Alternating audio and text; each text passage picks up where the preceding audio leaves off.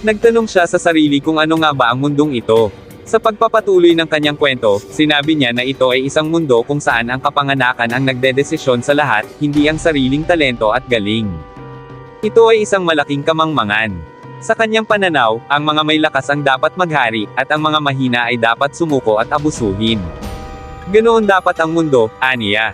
Inayos niya ang kanyang buhok at nagdesisyon na siya.